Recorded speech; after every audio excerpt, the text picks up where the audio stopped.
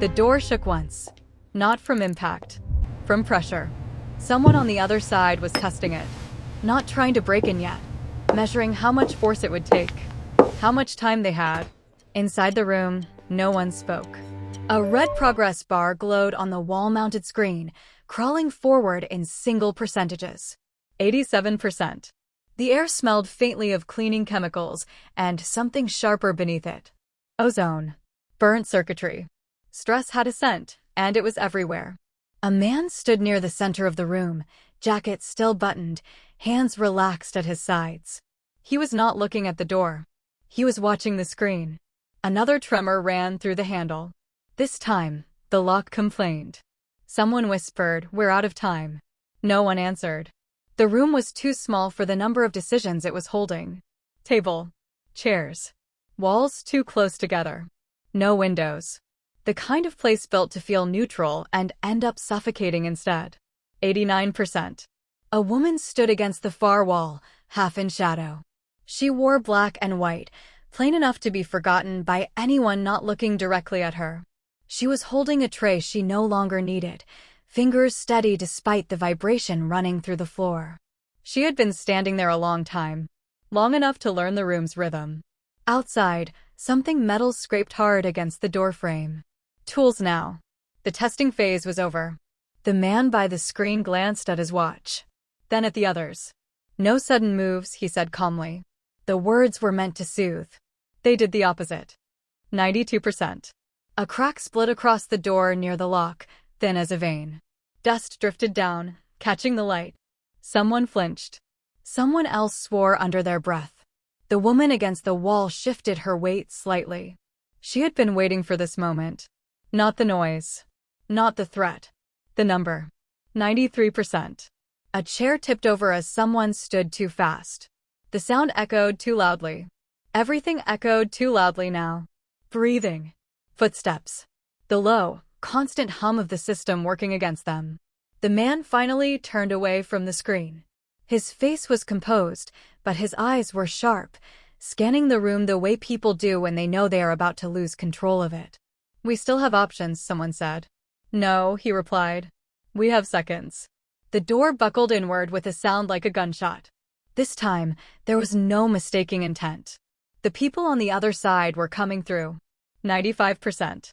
The woman's grip tightened on the tray. Not from fear. From certainty. She had counted this out. Measured it in silence and overheard fragments and moments when no one was watching her because no one ever did. A man near the door reached into his jacket. The sound of metal sliding free snapped through the room. "Don't," the man by the screen said sharply. Too late. The tray hit the floor. Not dropped. Released. The clatter was sudden, violent, scattering glass across the tile. Everyone turned at once, instinctively drawn to the noise. The woman stepped forward. She did not raise her voice. She didn't need to. "Don't sign it," she said. The words cut through the room more cleanly than the crack in the door. Silence slammed down. The man froze. Not because of what she said, but because of when she said it. 97%. The door groaned, hinges screaming now as something heavy slammed against it from the outside. A boot. A shoulder. Maybe both. "Who is she?" someone demanded. The woman did not answer. She met the man's eyes instead. "You don't have time to read the last page," she continued calmly. "But you should know what it does." 98%. The man felt the floor tilt beneath him. Not physically. Strategically. He took one slow step toward her. "Explain," he said. She shook her head. "No," she replied. "Just wait." 99%. The door split wider, light slicing through the gap like a blade. Voices leaked in now. Orders. Urgency. The sound of authority arriving late. The room began to move. People scrambling. Chairs shoved aside. Someone shouting into a phone that had no signal. Someone else backing away from the door in pure instinct. The man stood still. The paper lay on the table between them, pristine and lethal. 100%. The progress bar completed. The system locked. The door burst inward. And everything that followed would be irreversible. He did not arrive with sirens. That was the first thing people noticed. No police escort. No shouting. No chaos. Just a black sedan easing to the curb like it belonged there, engine quiet, door opening at exactly the right moment. The restaurant did not stop breathing when he entered. It simply adjusted around him, chairs scraping a little less, voices lowering by instinct rather than command. This was how it always worked with him. Power did not announce itself. It settled. Inside, the air smelled of polished wood, wine, and something expensive that did not need to explain itself. Glassware was already aligned. Men in tailored suits stood where they had been told to stand, not because they feared him in that moment, but because they remembered what happened the last time someone forgot their place. He took his seat without looking at anyone. That alone was a rule. He never scanned a room. Never counted threats. Never checked exits. Those things were done long before he arrived. A man who survived by reacting was already losing. He survived by deciding. People said he was born ruthless. That was convenient. It made the truth easier to ignore. In reality, he was precise. He had built his empire the way surgeons worked. Slow hands. Clean cuts. No wasted motion. Where others used fear as noise, he used it as silence. You only ever heard about him after the mistake had already been corrected. His rise did not come with blood in the streets. It came with meetings that ended early. Contracts that quietly changed hands. Rivals who woke up to find their accounts frozen, their allies suddenly unreachable, their protection evaporated without a single threat being spoken. That was his signature. If violence happened, it happened at the edges. Never personal. Never emotional. Always final. He believed in rules. Not laws. Rules. No unnecessary deaths. No harm to families. No chaos that drew attention from people who liked asking questions. Anyone who worked under him understood that loyalty was not measured by enthusiasm, but by obedience to structure. Break the structure and you were no longer useful. That was mercy in his language. It was also why enemies feared him more than men who enjoyed killing. Those men were predictable. He was not. Across the room, a waitress moved between tables, blue uniform crisp, posture perfect, eyes down the way training required. She poured water without spilling, adjusted a glass that had drifted a centimeter off center, stepped back into the background like she had never been there at all. No one watched her. That, too, was normal. The boss's attention stayed on the men seated across from him. These were not street operators. These were financiers, facilitators, men who used clean hands to launder dirty outcomes. They smiled the way people did when they believed they were safe. He let them talk. Let them explain margins and timelines, risks framed as opportunities, losses described as necessary recalibration. He listened without interrupting, eyes steady, breathing slow, mind cataloging not what they said, but what they avoided. He had buried 3 organizations built on louder confidence than this. The waitress returned, refilling glasses. Her reflection moved briefly across the polished surface of the table. For half a second, her eyes lifted, not to him, but to the documents stacked neatly at the center. Then they dropped again. No one noticed. Everything he owned existed because he understood one truth early: power was not taken. It was left unattended. He had been underestimated once, years ago, by a man who believed size and volume were the same thing. That man had laughed when warned. He had signed a deal he did not fully read. 2 months later, his warehouses belonged to someone else, his lieutenants had defected, and he himself disappeared quietly, not violently. The boss remembered that lesson every day.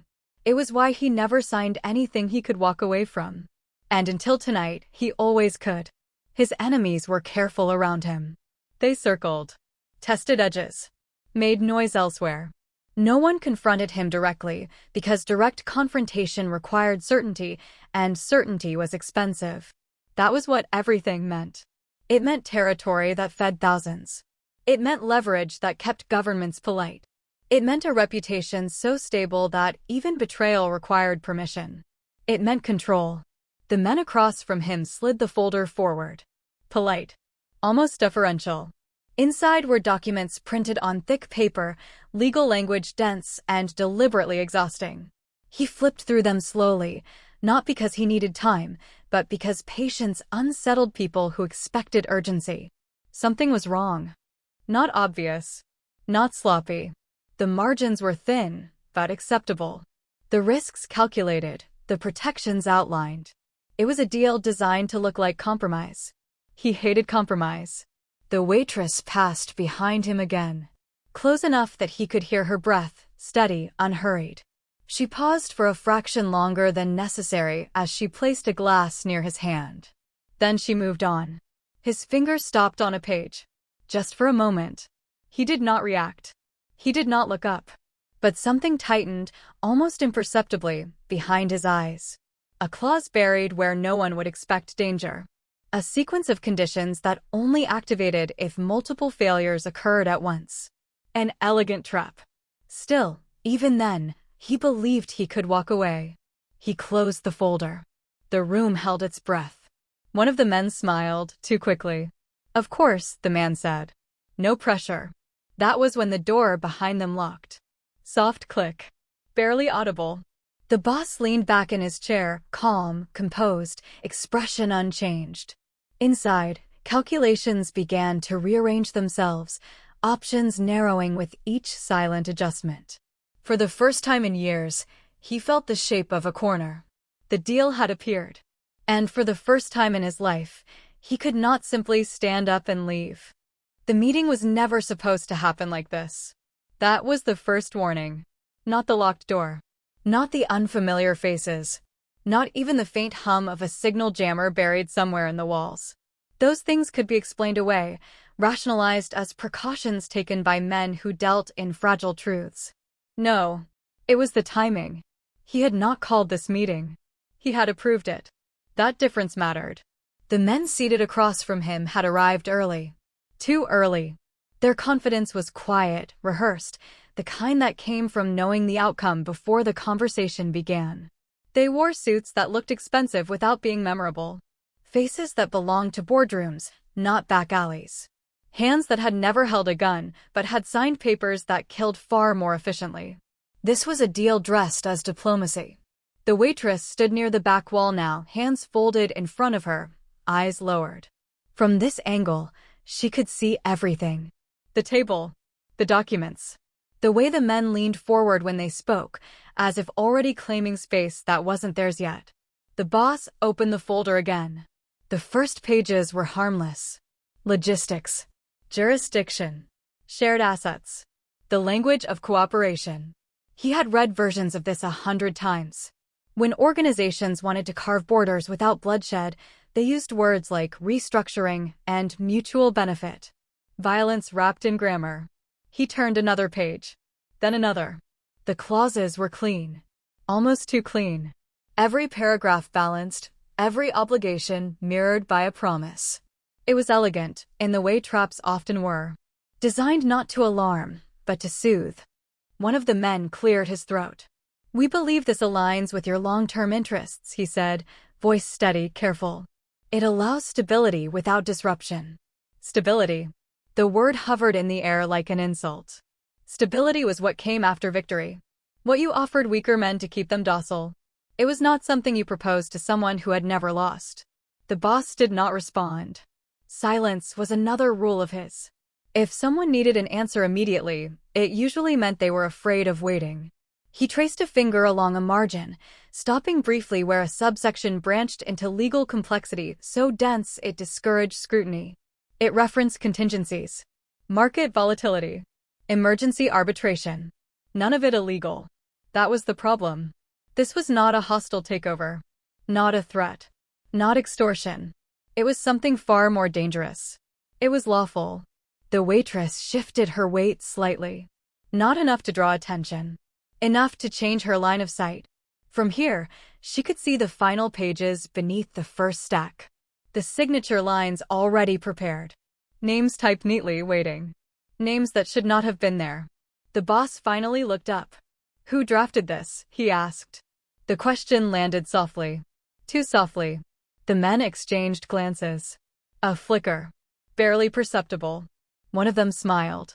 "A joint legal team," he said. "Independent. Neutral." No legal team was neutral. The boss nodded once, as if accepting the answer, though he had already discarded it. He closed the folder halfway, just enough to signal pause, not refusal. Outside the room, the restaurant continued its low murmur. Plates clinked. Glasses were poured. Somewhere, someone laughed. Inside, pressure began to build. "This agreement expires tonight," another man added casually. "Market conditions won't hold." There it was. Urgency. A false scarcity designed to compress decision-making, to prevent reflection, to force instinct. The boss leaned back in his chair, crossing his hands loosely in front of him. He looked relaxed, unconcerned. A man accustomed to rooms bending toward him rather than the other way around. But something had shifted. He had expected leverage. He had expected demands. He had not expected inevitability. The waitress stepped forward, placing a fresh glass of water near the edge of the table. As she did, she caught a fragment of conversation not meant for her. "Once he signs, there's no reversal." Her hand did not shake. She returned to the wall. The boss reopened the folder, this time starting from the back. That, too, was habit. Danger hid near conclusions. The final clauses outlined enforcement mechanisms. Arbitration panels. Asset freezes triggered not by breach, but by dispute. A subtle but devastating distinction. If challenged, the deal punished the challenger. He felt it then. The slow realization that this document was not a negotiation. It was a containment strategy. A way to neutralize him without firing a shot. Across from him, the men watched carefully now. Their smiles had tightened. They had expected resistance. They were prepared for it. What they were not prepared for was delay. "I'll need time," the boss said calmly. The room reacted instantly. One man stiffened. Another glanced toward the door. A third reached for his phone, then stopped when he remembered it wouldn't work. "No," the first man said, too quickly. "You won't." The word hung there, naked. The boss's gaze sharpened. In that moment, the hierarchy revealed itself. This was not a request. It was an instruction. He closed the folder fully and placed it flat on the table. His palm rested on top of it, fingers spread, claiming ownership without agreement. "You misunderstand," he said quietly. "Time is not something you give me." The men did not flinch. "That may have been true," one replied. Before. That single word cracked something open. The waitress felt it too. A subtle tightening in the air, like pressure dropping before a storm. She watched the way the boss's jaw set, not in anger, but calculation recalibrating under constraint. He was being boxed in. Not with threats. Not with violence. With procedure. The men began to sign. One by one, they added their names to the pages they had already accepted, pens moving smoothly, confidently. Each signature landed like a quiet insult. They slid the folder back toward him. All that remained was his name. "This protects you," one said softly. "From unnecessary conflict." Unnecessary. The boss looked at the page again. He imagined the future it promised. Assets siphoned under legal cover. Territory reclassified. Authority diluted until he became a ceremonial figure, powerful in name only. Alive. But finished. For the first time in years, his enemies were not threatening to kill him. They were offering to let him exist without power. That was the real violence. The waitress's eyes flicked to the wall clock. She did the math automatically. Minutes, not hours. The boss reached for his pen. Then stopped. Something was wrong. Not in the numbers. Not in the language. In the room. The men were too calm. Too certain. They were not watching his hand. They were watching the door. That was when the locks engaged fully. Not loud. Not dramatic. Just final. A man near the entrance pressed a button discreetly. The soft ambient noise of the restaurant vanished, replaced by a sealed, suffocating quiet. Phones across the table went dark. No signal. No connection. The countdown had begun. The waitress felt her pulse quicken for the first time. She understood now. This was not a deal designed to be refused. It was a deal designed to be signed under isolation. The boss set the pen down. Slowly. Deliberately. He looked up at the men who believed they had already won. For the first time in his career, The walls did not move for him. They closed in. And the clock did not stop. She had been in the room the entire time. That was the irony. Before the meeting began. Before the doors locked. Before the men with expensive suits and expensive confidence took their seats. She had already memorized the space. The angles. The exits that weren't meant to be exits anymore. No one noticed that part. They never did. She arrived every day at exactly the same time, tied her apron the same way, checked the same inventory, wiped the same tables even when they were already clean. Routine was armor. Predictability was camouflage. To everyone else, she was just another waitress. Blue uniform. Hair pulled back tight. Shoes quiet enough not to announce her presence. She moved like someone who understood that visibility was not power. It was liability. She poured water. She cleared plates. She listened. Listening was the real work. In rooms like this, men talked when they believed they were unheard. They filled silence with arrogance, with reassurance meant for themselves more than anyone else. Names slipped out. Numbers followed. Threats were disguised as jokes. Confessions hid behind laughter. She caught them all. Not because she strained to hear, but because no one bothered to lower their voice for her. The Korean man at the table stood out immediately. Not because he demanded attention, but because he didn't need it. He sat differently from the others. Still.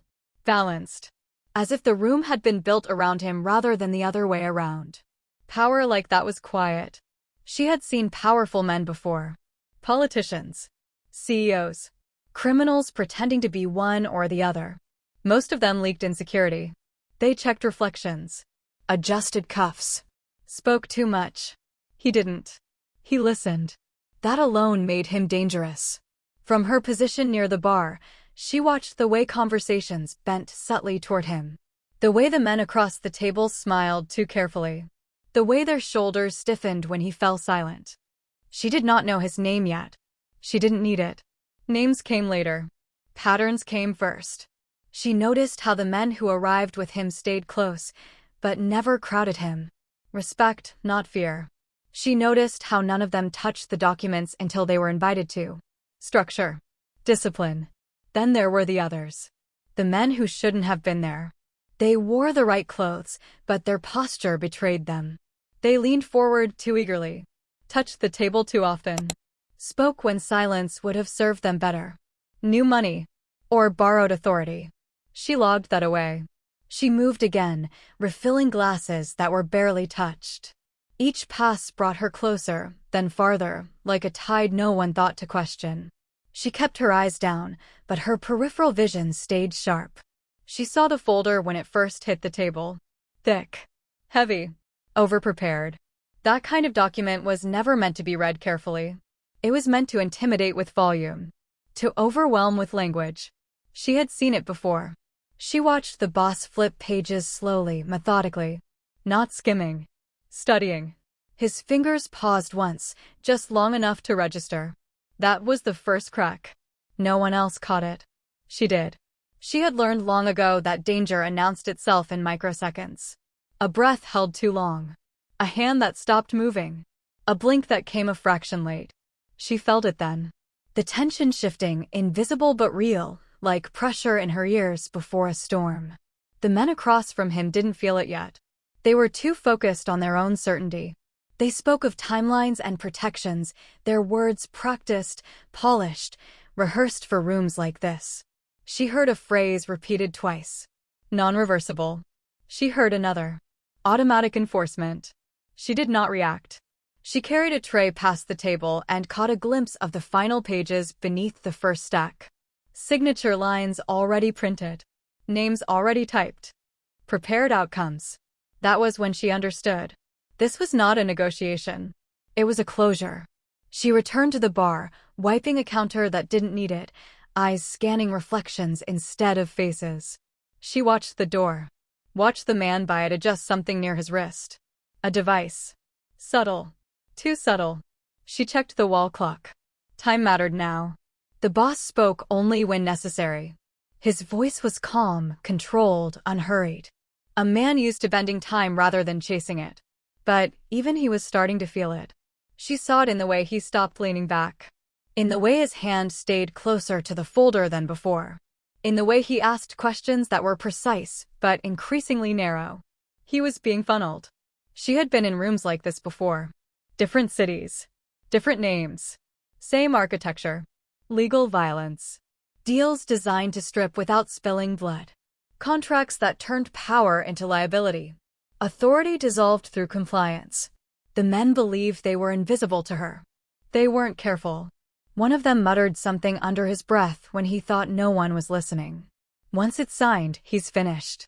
She froze for half a second. Finished didn't mean dead. It meant erased. She looked back at the boss. At the way he studied the document again, slower now. At the faint tightening around his eyes. At the stillness that meant calculation, not calm. She felt a choice approaching. This was the dangerous part. Not the guns. Not the locks. Not the men who believed they were in control. The moment when silence stopped being safe. She had survived by not existing. By being the background. By understanding that speaking changed the shape of rooms permanently. She was not supposed to matter.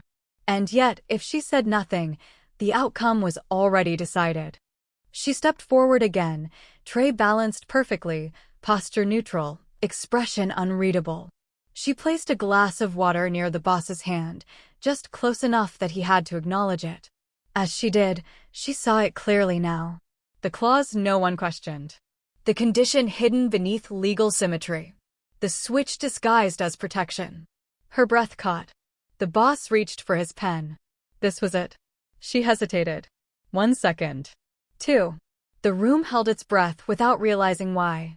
Then she leaned in, close enough that only he could hear her. And she spoke. She did not raise her voice. She did not hesitate again. She leaned in just far enough that her shadow crossed the contract, just far enough that her breath touched the edge of his ear, and she spoke as if she were stating a fact that already existed. Don't sign that. That was all. No explanation. No warning. No emotion. Just 4 words, placed precisely where silence had been winning. The effect was immediate. The boss's hand froze above the paper, pen hovering a centimeter from the page. For a fraction of a second, nothing else in the room moved. Not the men across the table. Not the guards near the door. Not even the air. Time did not stop. But it bent. Shock came first. Not loud. Not visible. Internal. A collision between instinct and interruption. No one spoke to him like that. Not here. Not now. Not ever. He did not look at her. That was deliberate. Instead, his eyes remained on the contract, on the place where his signature was meant to go. His grip tightened slightly around the pen, knuckles whitening just enough to register control being tested. Across the table, one of the men frowned. What was that? He asked, already irritated. The waitress straightened, stepping back half a pace, returning to her role as if nothing had happened. Tray steady. Expression neutral. Invisible again. The boss finally lifted his gaze. Not to the men. To her. For the first time since she had entered the room, his attention settled fully on her face. It wasn't anger she saw. It was assessment. He had built his life on reading people in moments like this. On identifying who mattered when the room was under pressure. And something about her tone, the calm certainty of it, cut through years of experience like a blade. He set the pen down. The sound was soft. But it landed like a gunshot. Is there a problem? One of the men asked, leaning forward now, impatience bleeding through his composure. The boss didn't answer him. Instead, he spoke to the waitress. Why? The question was quiet. Measured. Dangerous. The room reacted instantly. Chairs shifted. Shoulders tightened. A guard near the door took a step forward before catching himself. The power dynamic, so carefully controlled, began to wobble. The waitress said nothing. The countdown on the wall ticked forward. 90 seconds. The men exchanged glances now, unease replacing confidence. This was not part of the plan. Interruptions were expected. Delays were not. One of them laughed, sharp and forced. This is absurd, he said. She doesn't understand. Leave, the boss said. The word was not loud. It didn't need to be. The waitress did not move. Neither did anyone else. He turned back to the men, eyes cold now, voice level. I asked her a question. Silence swallowed the room. This was the danger of power built on fear. When it faltered, even slightly, no one knew which way to move. The waitress stood still, pulse steady despite the weight of attention now pressing down on her. She had crossed a line that could not be uncrossed. Whatever happened next would not be gentle. The boss waited. The clock continued. 75 seconds. One of the men reached subtly toward his jacket. Another shifted his chair back just enough to suggest escape. The atmosphere thickened, electric, the kind that preceded violence. Finally, the boss spoke again. You're not reacting, he said to her. You're warning. Her eyes met his. Just for a moment. That was when he knew. She wasn't guessing. She wasn't afraid. She knew something. He pushed the contract away from himself, sliding it back toward the center of the table, reclaiming distance from a decision that had already started to rot. Across from him, a man stood abruptly. This deal expires, he snapped. If you walk away now. I'm not walking, the boss replied. I'm waiting. Waiting was worse. The waitress exhaled slowly, barely visible. She had done what she came to do. Anything more would expose too much, too soon. The boss turned his chair slightly, angling his body toward her without fully facing her. A private alignment inside a public standoff. How do you know? He asked. This time, there was no patience in his voice. There was need. The room leaned in unconsciously. The waitress did not answer. The clock hit 60 seconds. Phones remained dark. The doors stayed locked. The men across the table began to sweat, composure unraveling under the weight of delay. The boss watched her closely now, memorizing details he had ignored before. The steadiness of her hands. The absence of fear in her posture. The way she did not glance at the exits. She wasn't trapped. She had chosen this. How, he repeated, quieter now. She stepped back again, retreating into her role, eyes down, hands folding neatly in front of her. A return to invisibility so complete it felt intentional. The message was clear. Not here. Not now. The countdown continued. 45 seconds. The men began arguing in hushed tones, urgency fracturing their unity. This deal was slipping. Control was slipping. And the boss sat still, watching the woman who had just stopped his fall without explaining how. He had faced guns before. He had faced betrayal. But this was different. This was knowledge without context. Power without display. The most dangerous kind. He leaned back slowly, reclaiming his composure, eyes never leaving her. How do you know? He asked one last time. She did not answer. And in her silence, the deal began to die. The silence did not last. It fractured. Not all at once. Not with shouting. With movement. A chair scraped back, slow at first, testing the room. A man near the door shifted his weight, hand disappearing beneath his jacket. Another stood, not fully, just enough to change the geometry of the space. Threat did not announce itself. It positioned itself. The boss felt it immediately. The shift from negotiation to containment. From procedure to force. This was the moment deals stopped pretending they were civilized. He raised one hand slightly. Stillness returned. Barely. This is unnecessary, one of the men said, voice strained now. We're running out of time. The countdown on the wall dipped below 30 seconds. The waitress remained where she was, eyes lowered, posture neutral. From the outside, she looked calm. Inside, every sense sharpened. The room had become smaller. The air heavier. Someone had made a decision. Not him. The boss leaned forward, elbows resting lightly on the table. He looked around the room, taking inventory the way he always did when violence became a possibility. Distances. Lines of sight. Who would move first? Who would hesitate? He noticed how none of the men across from him looked directly at the waitress anymore. They looked at him. She was no longer invisible. That made her dangerous. She needs to leave, one of them said abruptly. Now. It wasn't a request. The boss didn't answer immediately. He studied the man's face, the tightness around his mouth, the fear bleeding through frustration. This wasn't authority speaking. It was panic. No, the boss said finally. The word landed heavier than the locked door. A guard near the entrance stepped forward, hand emerging from his jacket, gun already halfway raised. No warning. No drama. Just metal catching light.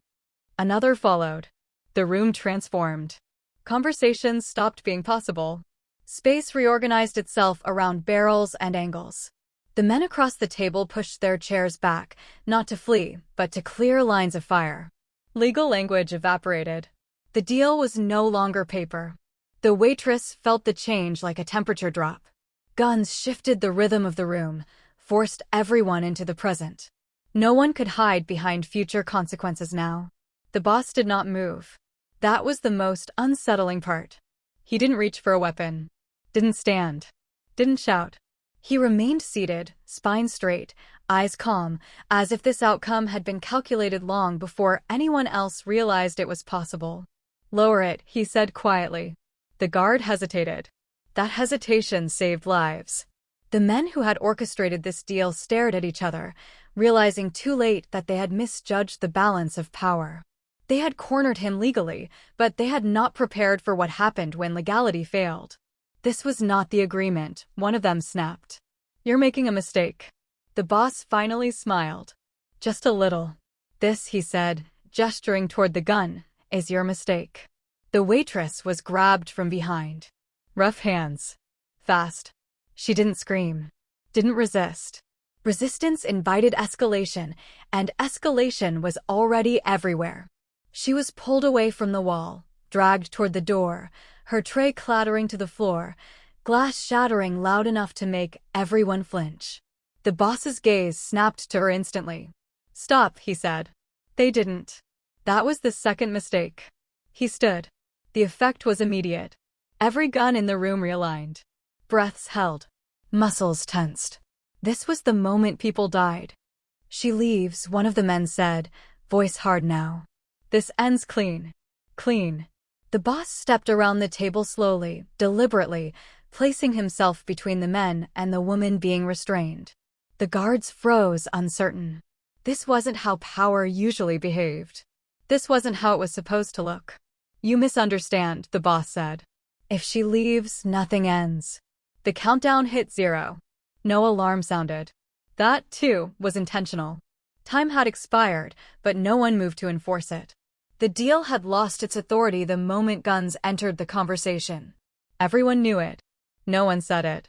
The waitress lifted her head slightly. "Let me go," she said calmly. Her voice cut through the tension, unexpected and steady. The man holding her faltered. That was all she needed. The boss turned toward her, eyes sharp. "You said not to sign," he said.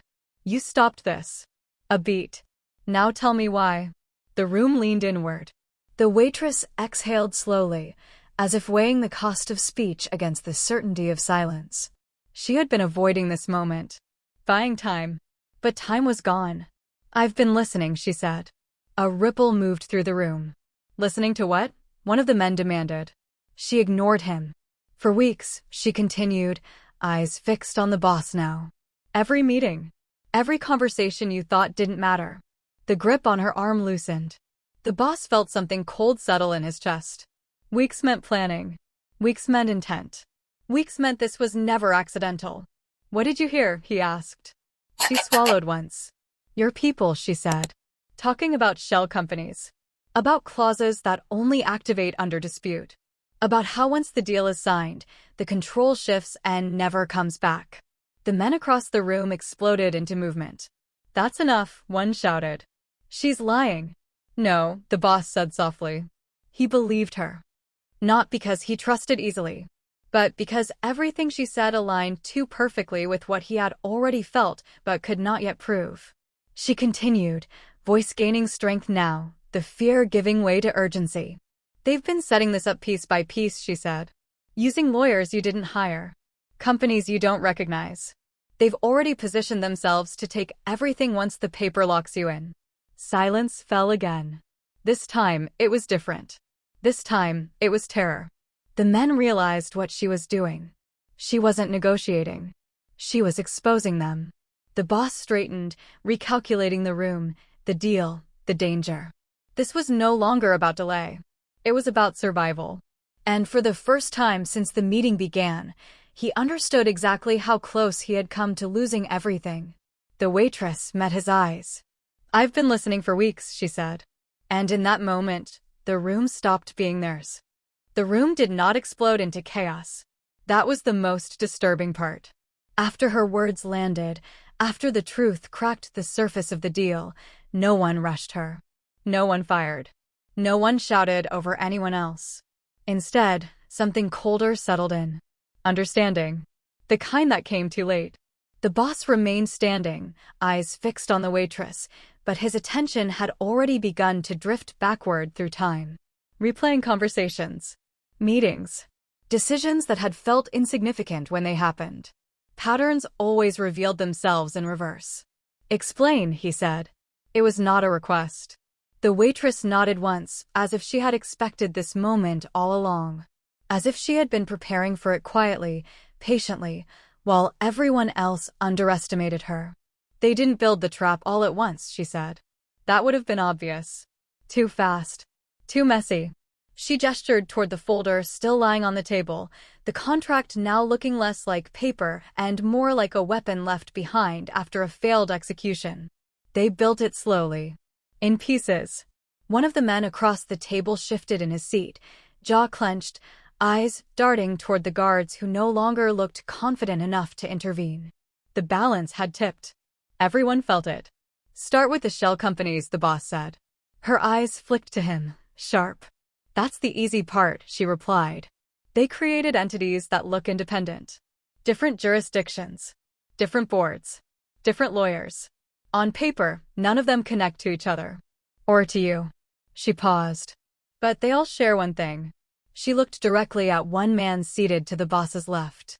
The same silent partner. The name wasn't spoken. It didn't need to be. The boss felt it then.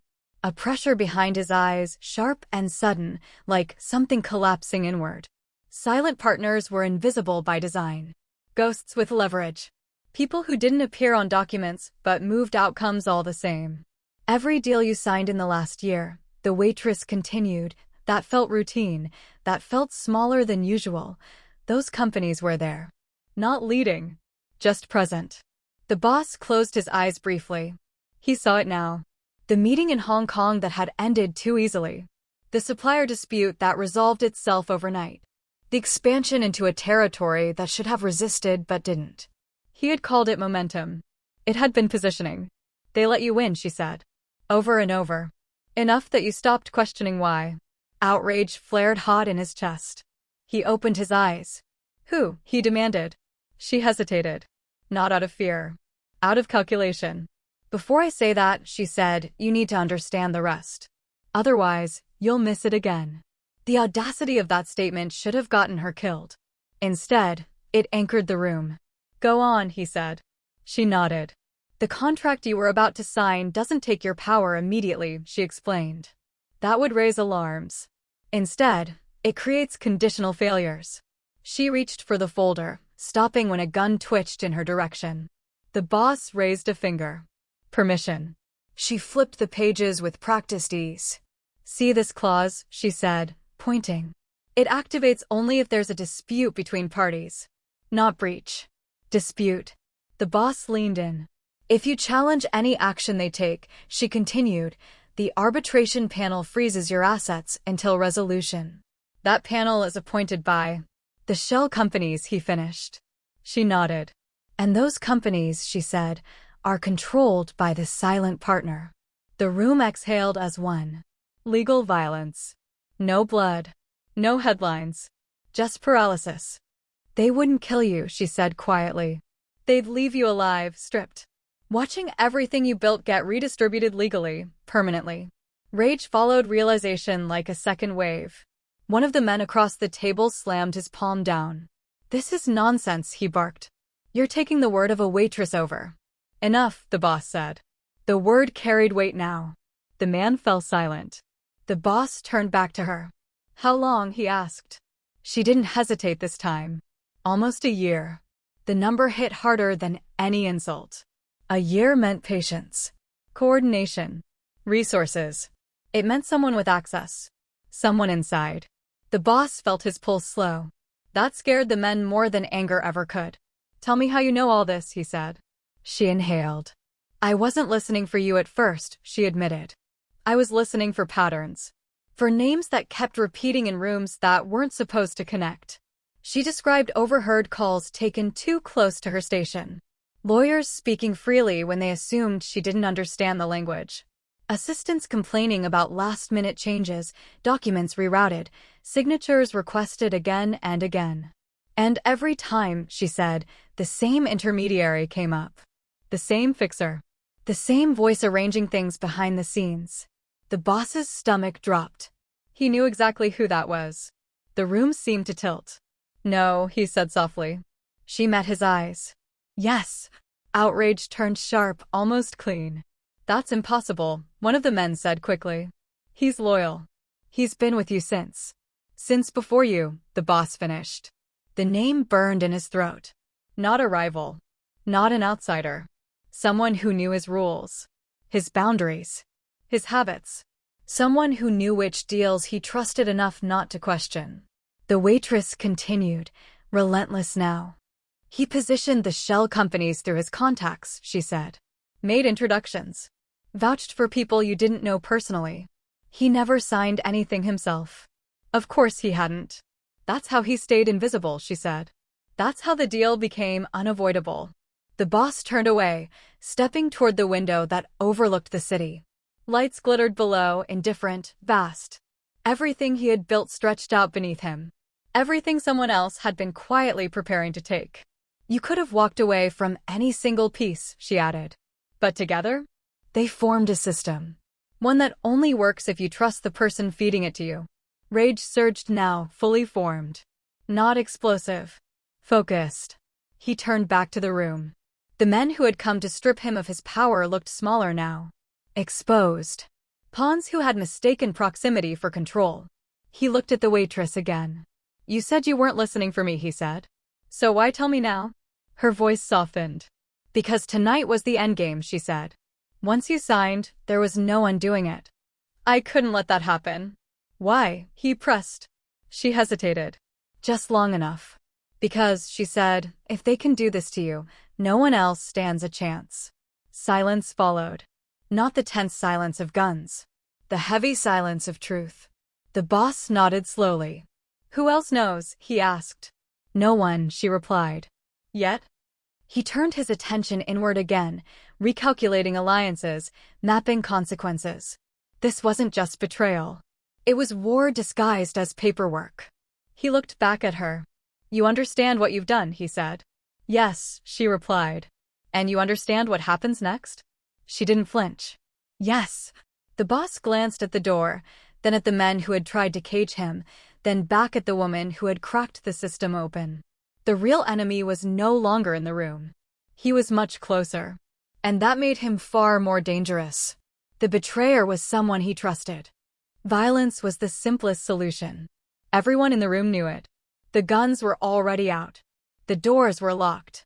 The men who had tried to dismantle him were exposed, isolated, and suddenly unsure of who still controlled the outcome. A single command would have ended it. A gesture. A nod. The boss stood at the center of it all, perfectly positioned to turn revelation into blood. And he didn't. That was the moment the room truly became dangerous. Because men who rule through fear expect violence to follow truth. When it doesn't, they don't know how to react.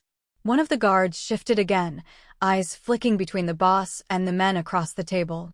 He was waiting for permission. So were the others. Muscle memory built from years of enforcement. The boss raised his hand slowly. Not in threat. In restraint. "No one fires," he said. The order rippled through the room like a held breath. Fingers tightened on triggers, then loosened reluctantly. Violence deferred, not dismissed. The men who had engineered the deal stared at him in disbelief. This was their opening. Their vulnerability. Why wasn't he taking it? "Think carefully," one of them said, voice brittle now. "This ends clean if you act now." Clean. The boss almost smiled. Clean was a lie men told themselves when they wanted permission to be brutal. He stepped closer to the table, placing his palms flat against the wood. The surface still held the faint vibration of the earlier impact, the echo of shattered glass and raised voices. "This isn't about ending anything," he said calmly. "It's about deciding what survives." He turned his attention inward again, to the calculation no one else could see. Violence would be fast, satisfying, final. It would also confirm everything his enemies believed about him. It would validate the system they had built, justify the legal cage waiting outside this room. If blood was spilled here, every authority he had kept distant would suddenly have reason to step in. He would win the moment and lose the war. The waitress watched him closely, understanding the stakes in a way the others didn't. She had seen men like him before. Powerful men brought to a crossroads where strength and restraint demanded different sacrifices. She knew how rare this moment was. "You're thinking about killing us," one of the men said, attempting bravado and failing. "We both know you can." The boss met his eyes. "Yes," he said. "I am." The honesty landed harder than denial. "But I won't." A ripple of confusion moved through the room. "Why not?" the man pressed. The boss straightened, voice steady. "Because you want me to." That stopped him. "Violence is what makes this easy," the boss continued. "It turns betrayal into chaos. Chaos into justification. You built this system expecting me to respond the way everyone else does." He gestured toward the contract. "If I kill you, the paper wins." The waitress felt something shift in her chest. Not relief. Respect. The boss turned to her briefly, then back to the room. "You didn't trap me with guns," he said. "You trapped me with expectations." Silence thickened again. The men realized what was happening too late. Their leverage wasn't the deal anymore. It was his reaction to it. And he was taking that away from them. "You think restraint makes you weak," one of them said, desperation creeping in. "It doesn't." "No," the boss agreed. "It makes me dangerous." He walked slowly around the table, every step deliberate. Guns tracked him, uncertain now. He stopped behind one of the men, close enough that the man stiffened. "You want domination," the boss said. "I want survival." He stepped back. "And there's a difference." The waitress noticed his hands. They weren't shaking. This wasn't hesitation. It was principle. He had drawn a line long ago. One that separated power from chaos. Tonight tested that line harder than anything before. Crossing it would be easier. But it would cost him everything he had built that still mattered. The clock on the wall blinked again. A secondary timer. Backup enforcement. They all saw it. Time was not just running out. It was closing in. "We don't have much longer," the waitress said quietly. He nodded once. "I know." The men across the table straightened, sensing the shift. If violence wasn't coming, something else was. Something worse. "You can still sign," one of them offered weakly. "This can all be undone." The boss looked at the contract. At the system designed to hollow him out while keeping him breathing. "No," he said. "It can't." He turned toward the door. "Open it," he ordered. The guard hesitated. The boss met his eyes. "Now." The guard moved, fingers trembling slightly as he disengaged the internal lock. The mechanism whirred, slow and deliberate, like the room itself resisting the change. The men at the table began speaking at once. "You can't leave. This violates. You're making a mistake." The boss didn't look back. "This isn't over," one of them called after him. He stopped at the doorway. "No," he said without turning. "It's just begun." The door opened. Fresh air rushed in, cold and sharp, slicing through the tension that had suffocated the room. The boss paused, hand on the frame, eyes scanning the hallway beyond. He knew what waited there. Consequences. Pursuit. Retaliation. He also knew this was the last moment before everything changed. Time had run out. Only one move remained. And he had just made it. The hallway did not offer safety. It offered reality. Cold air rushed in as the door opened, sharp enough to sting, carrying with it the sound of hurried footsteps and raised voices from somewhere deeper inside the building. The illusion of privacy shattered instantly. Whatever had been contained in that room was now loose. The boss stepped through the doorway. Behind him, The men who had tried to cage him surged forward all at once, shouting over each other, panic finally shedding its professional mask. Orders were barked. Names were called. Somewhere, metal struck metal as someone drew a weapon too fast. The waitress followed half a step behind him. No one noticed when she did. That was the last moment of calm. The secondary timer on the wall inside the room hit 0. And the building responded. Lights flickered. A low alarm tone began to hum, not loud enough to cause evacuation, but sharp enough to signal escalation. Backup protocols activating. Security layers shifting. The contract lay abandoned on the table behind them. Still unsigned. Still dangerous. Stop him, someone shouted.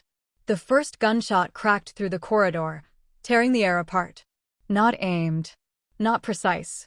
A warning shot fired by someone whose nerves had finally snapped. That was enough. Everything collapsed at once. Guards poured in from both ends of the hallway. Shouts overlapped. Someone screamed. A body slammed into a wall.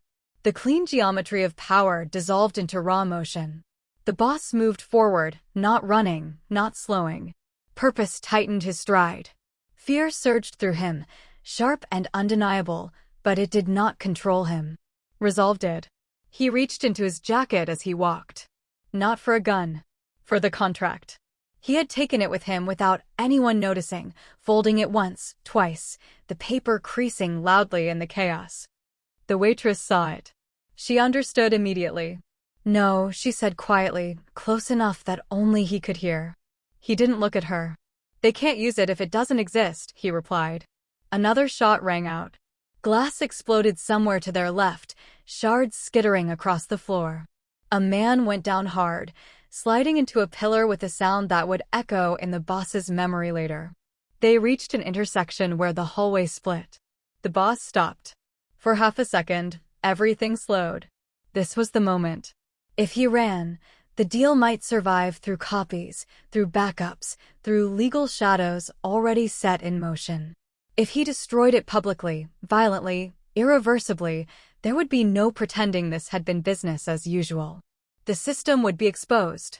He unfolded the contract. The paper fluttered in the artificial breeze created by movement and panic, clauses flashing past like ghosts of futures that would never happen. The waitress grabbed his arm. You tear that here, she said urgently. There's no going back. He met her eyes. There hasn't been a way back for a long time. She searched his face, seeing the truth in it. Not recklessness. Acceptance. He raised the contract and tore it clean down the middle. The sound was almost delicate. Paper ripping. But the effect was explosive. A roar of anger erupted from behind them. Someone lunged forward, reaching too late. The boss tore it again. And again. Shreds of legal authority scattered to the floor like confetti. In that instant, fear transformed. Not into relief. Into freedom. The system designed to hollow him out had lost its anchor. Chaos detonated fully now. Gunfire erupted in earnest, sharp and deafening. Men dove for cover. Someone tackled someone else to the ground. Alarms shifted pitch, screaming now, no longer content with subtlety. The boss turned and shoved the waitress toward the right corridor. Go, he ordered. She stumbled, caught herself, stared at him. You can't stay, she said. They'll come for you. They already are, he replied. A guard charged toward them, weapon raised. The boss moved. Fast. Decisive. A single motion, brutal and efficient, disarming without killing. The guard hit the ground hard, breath knocked from his lungs, alive but finished. The waitress froze. She had seen violence before. But this wasn't rage. This was restraint sharpened to a blade. Now, he snapped. She ran. For the first time since she had entered the building, she ran. The boss turned back toward the advancing threat, stepping into the chaos he had just unleashed. Men shouted his name now. Not with authority. With desperation. This was no longer about a deal. This was about control slipping permanently out of reach. The waitress disappeared down the corridor, her footsteps swallowed by alarms and echoes. She did not look back. She couldn't. Behind her, the world fractured. The boss fought his way toward the emergency stairwell, every movement calculated, every decision narrowing his future options. He felt the cost of his choice settling in already. Allies lost. Enemies multiplying. War inevitable. But the cage was gone. That mattered. He reached the stairwell door and slammed it open, plunging downward 2 steps at a time. Somewhere above, he heard shouting. Orders. His name again. Below, the city waited. He didn't know yet who would survive this night. He didn't know how far the betrayal went. He didn't know where the waitress had gone, or if he would ever see her again. What he knew is this. Nothing had ended. Everything had begun. Minutes later, sirens wailed outside, converging on the building from every direction. Official attention. Unavoidable now. The kind he had spent years avoiding. The waitress emerged into the night through a side exit, breath burning in her lungs, heart hammering. She blended instantly into the crowd forming at the perimeter, another face among many, invisible again. She slowed, walked, disappeared. Above her, the building pulsed with light and noise, a monument to collapse. The boss vanished into the city from another direction entirely, carrying nothing with him except consequence. The deal was gone. The trap was exposed. The system was wounded but not dead. And the woman who had spoken once was nowhere to be found. She was gone. Nothing was finished. The city did not pause to acknowledge what had happened. By morning, traffic moved again. Offices reopened. News cycles folded the chaos into vague headlines about corporate disputes and security incidents. The building stood intact, scrubbed of its panic, its shattered glass already replaced. But beneath that surface, everything had shifted. The boss felt it immediately. Territory went quiet first. Not violently. Carefully. Messages unanswered. Meetings postponed without explanation. Men who once checked in daily suddenly found reasons to be elsewhere. Power did not vanish overnight. It thinned. It hesitated. That was worse. He stood in a room far smaller than the one he had left behind, looking at a map that no longer felt stable. Red pins marked holdings he could no longer confirm. Blue ones represented alliances that now required verification. 2 crews pulled back before dawn, one of his lieutenants said. No announcement. No demands. The boss nodded once. Fear had replaced loyalty. Fear made men unpredictable. Any movement from the others? He asked. Yes, the lieutenant replied. Too much. Names began circulating. Groups that had stayed neutral for years suddenly expressing interest. Old rivals resurfacing with new confidence. Everyone sensed weakness, even if they didn't understand its source. That was the cost of restraint. Violence would have been louder. Cleaner. It would have scared people back into line. This did the opposite. It invited them to test him. The boss dismissed his lieutenant and turned toward the window. The city stretched out below, indifferent, layered, endless. Somewhere within it, the system he had exposed was already adapting. Shell companies dissolving. Assets rerouted. Lawyers reappearing under different names. Nothing he tore apart stayed gone forever. It only changed shape. He closed his eyes briefly. For the first time since the night before, exhaustion reached him. Not physical. Strategic. The kind that settled in when every move forward revealed 2 new threats. And then there was her. The waitress. No one knew her name. That alone was unsettling. He had ordered discreet inquiries. Background checks run quietly through channels that didn't ask questions. Facial recognition scans pulled from security footage outside the building. Nothing. She had vanished with professional precision. That disturbed him more than any mobilizing enemy. People didn't disappear like that by accident. She left no digital trail, one of his analysts reported later that afternoon. No active accounts. No recent transactions. It's like she stepped out of the system entirely. The boss leaned back in his chair. She was listening for weeks, he said. That means she was present. Or placed, the analyst replied carefully. That possibility hung between them. If she had been sent, by whom? And why warn him? He dismissed the analyst and stood again, pacing slowly. Every step echoed in the quiet room. The power he once commanded with ease now required constant attention. Constant calculation. This was the aftermath no one talked about. Not triumph. Not survival. But erosion. Outside, reports filtered in. A warehouse fire in the south. An intercepted shipment rerouted before reaching its destination. Not direct attacks. Probes. Tests. The larger war was already beginning. And somewhere within that expanding conflict was a woman who had altered everything with one sentence, then disappeared before claiming credit. He replayed her words again. I've been listening. Listening required patience. Discipline. Purpose. Not fear. He moved to his desk and opened a folder that had not been there the day before. Inside were still images pulled from security cameras across the district. Side exits. Street corners. Subway platforms. One frame caught his attention. A blurred figure, half-turned, merging into a crowd near a transit hub 3 blocks from the building. The face was indistinct, but the posture was unmistakable. Calm. Unhurried. He stared at it for a long time. Enhance this, he said quietly. The technician hesitated. It's already degraded. Might not give us much. Try, the boss replied. Minutes passed. The image sharpened slightly. Not enough to identify her. Enough to see direction. She hadn't run randomly. She had chosen a route. He felt something tighten in his chest. Not relief. Focus. She was not gone. She was moving. The city outside darkened as evening settled in again. Lights flickered on across buildings that housed people with no idea how close they were to the edges of larger games. The boss straightened, resolve rebuilding itself not through dominance, but through clarity. They had taken pieces from him. He had torn apart their system. Now came the phase no one could predict. Search. Retribution would come later. Control later still. First, he needed to find her. Because the woman who had been invisible had seen everything.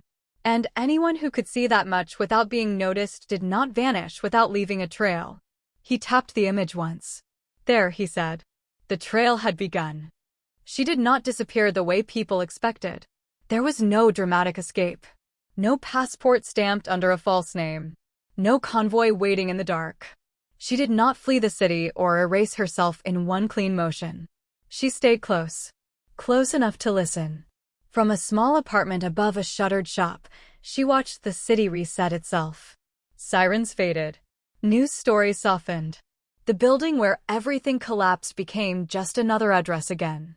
Power did what it always did after disruption. It reorganized. She sat by the window with a cup of untouched coffee, listening to voices through an old radio scanner she had learned to use long before the night she spoke. Names passed through the static. Movements. Warnings disguised as routine chatter. They were afraid. Not of him. Of exposure. She had not been listening for the mafia boss. That was the part no one understood. He had never been her target. Weeks earlier, when she took the job, she had already known who owned the restaurant, who frequented the private room, who believed service staff were furniture. She knew which men spoke carelessly when they thought no one important was near. She listened for patterns. For repetition. For systems hiding behind manners. What she uncovered was larger than one deal, larger than one man losing everything. Shell companies feeding into each other. Legal mechanisms designed to look neutral while extracting control from anyone powerful enough to threaten the balance. She recognized it because she had seen it before. Different city. Different names. Same architecture. The night she spoke was not impulsive. It was precise. She chose the moment because it was the only one that mattered. When the deal was irreversible. When silence would have made her complicit. When one sentence could fracture a system that relied on inevitability. If she spoke earlier, they would have adapted. If she spoke later, it would have been too late. So she waited. And spoke once. Across the city, the boss stood in a room filled with screens and maps, watching the aftermath continue to unfold.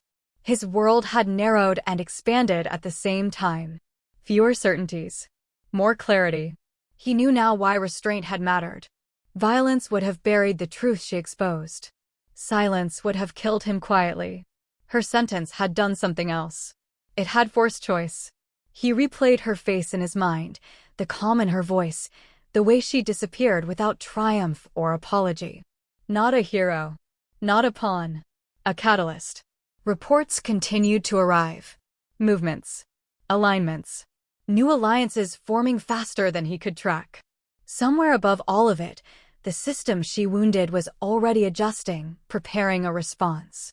He welcomed it, because now he could see it.